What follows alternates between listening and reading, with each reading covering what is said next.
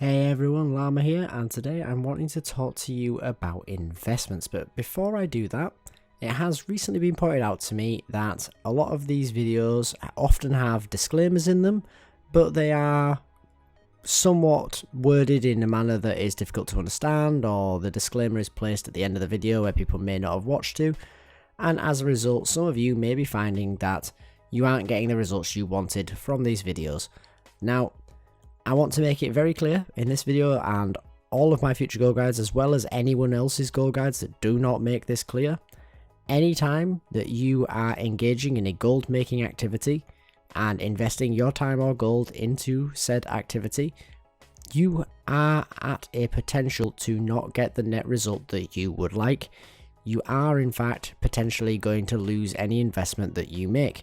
Now, this isn't likely, or at least if done correctly, it isn't particularly likely, but it is always a possibility, so do bear that in mind, both for this video and any other videos that you watch that involve investing time or gold in any form whatsoever.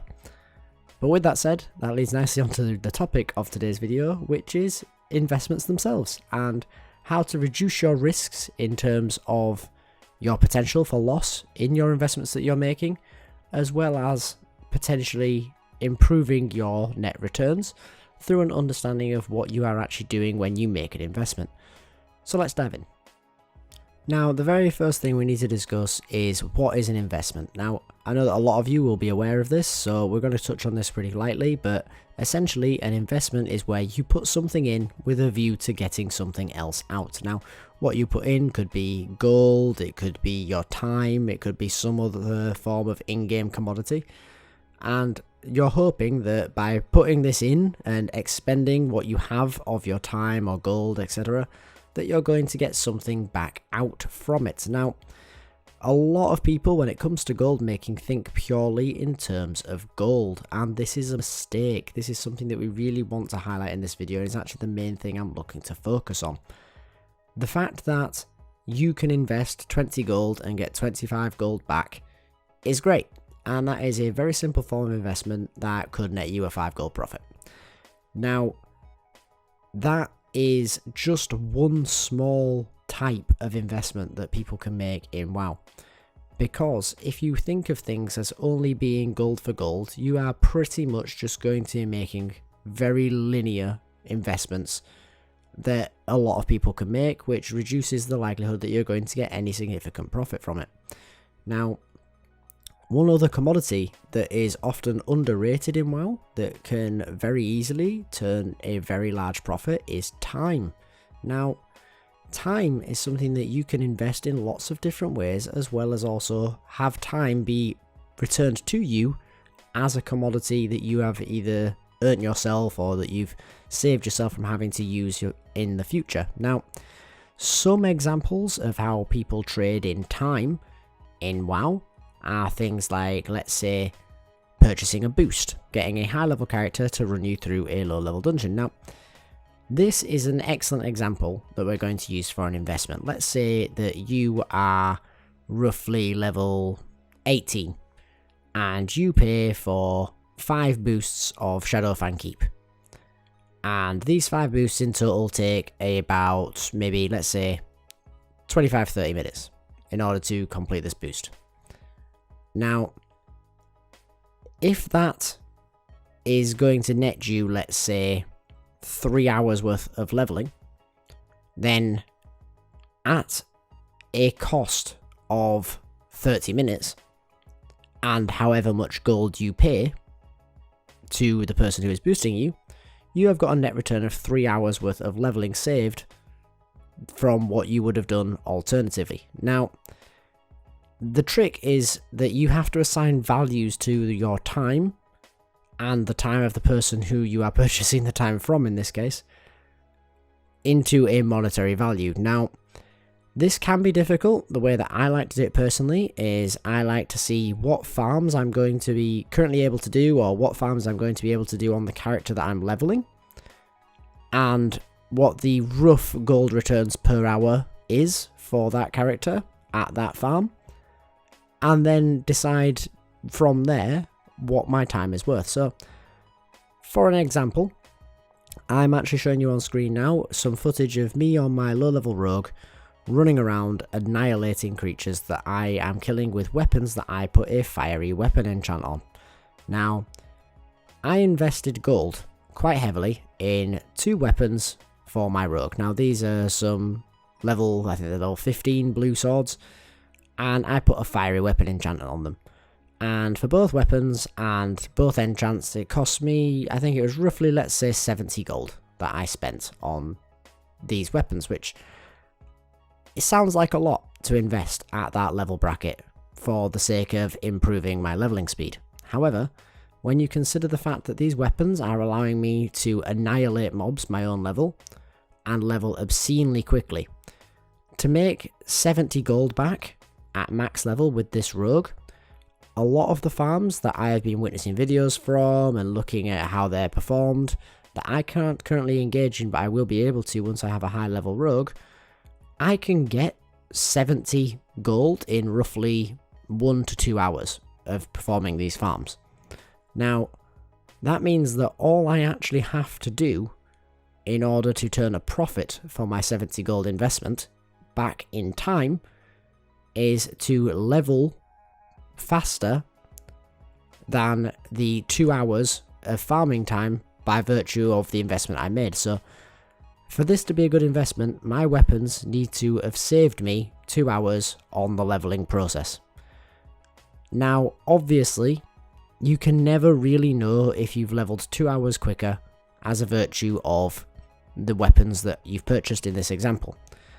However, what you can do is you can estimate how much time you have saved based off of your knowledge of the game, comparing it to other people and things like that. And I can tell you, in my particular example, I have leveled dramatically quicker when I got these enchanted weapons than I did beforehand, and I have most assuredly saved myself the time that I have essentially invested in gold. Another excellent example of this is in the form of people purchasing their mounts. Now, purchasing your mount is going to save you travelling time on your character while you are leveling. Dramatic amounts of travelling time. Now, whether this is a good investment or not is something that has been debated by many people. You'll often hear people when you're in a dungeon that are saying, I don't have my mount yet.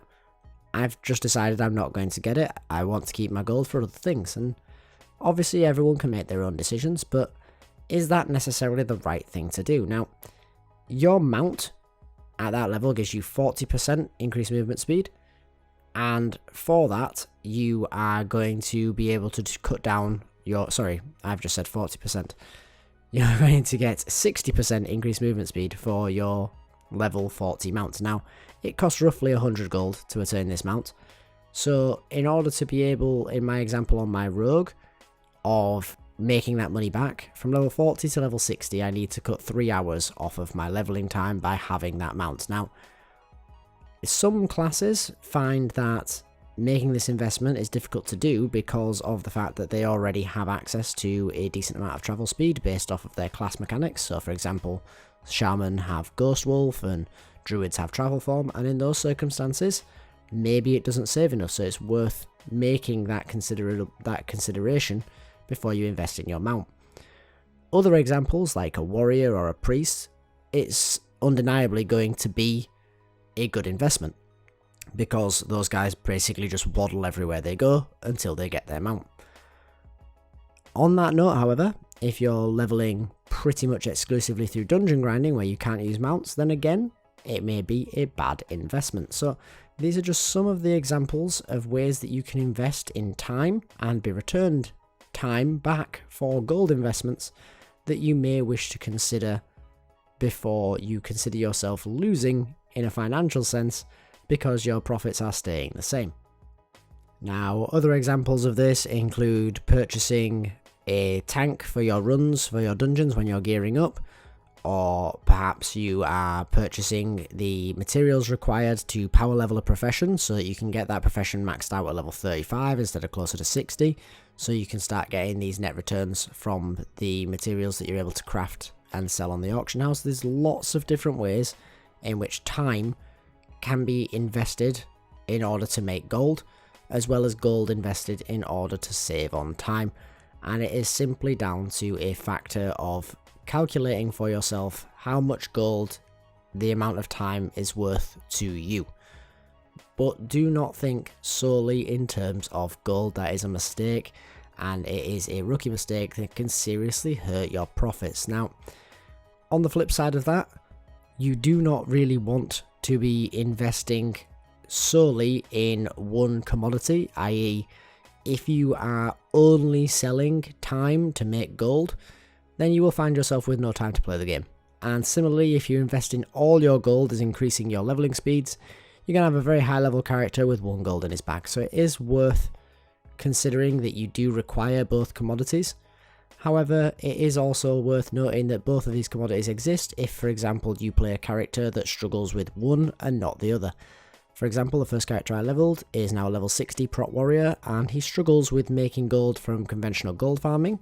However, I can make quite a lot by selling my services as a tank in dungeon runs, and then obviously that is me investing my time to make a gold return. So these options are available to you, and it's really important to know that the conversion rate does exist. There are ways of moving time into gold and gold into time. Now that is going to about wrap it up for this video, guys, but the last thing I do want to mention that I've sort of touched on briefly before, but I didn't say it awfully clearly, is a golden rule that I like to follow when investing both gold and time in WoW. And that is that you never want to leave yourself empty on either one. If you don't have enough gold to be able to purchase basic consumables that you need in order to be able to quest or do dungeons, and you find yourself having to go out and kill low level mobs to grind up the gold to get these abilities to actually play the game, then that's not very efficient and you're costing yourself more time due to your lack of gold. And similarly, if you find yourself with all of the gold in the world at level 10 and you want to go raiding, then obviously you're not going to be able to, so invest some of that gold and get yourself caught back up in terms of your levels. Now, it is difficult to track and balance between these two and make sure that you're constantly making improvements, especially with regards to time. Obviously, gold is a financial figure, you can just see a number value, time less so. But you really don't ever want to leave yourself broke on either front. But with that being said, guys, that is going to wrap it up in its entirety for this video. I do hope you found this video useful. If you have any questions on investments in gold or time, please do leave them in the comment section down below. It does really help me out. It gives me a lot of energy to make these videos for you, which I do enjoy doing, and it's just an extra little push towards making sure I get the content out there to you guys that you're actually after. But that's going to about do it for this one, guys. I hope to see you in the next one. Later.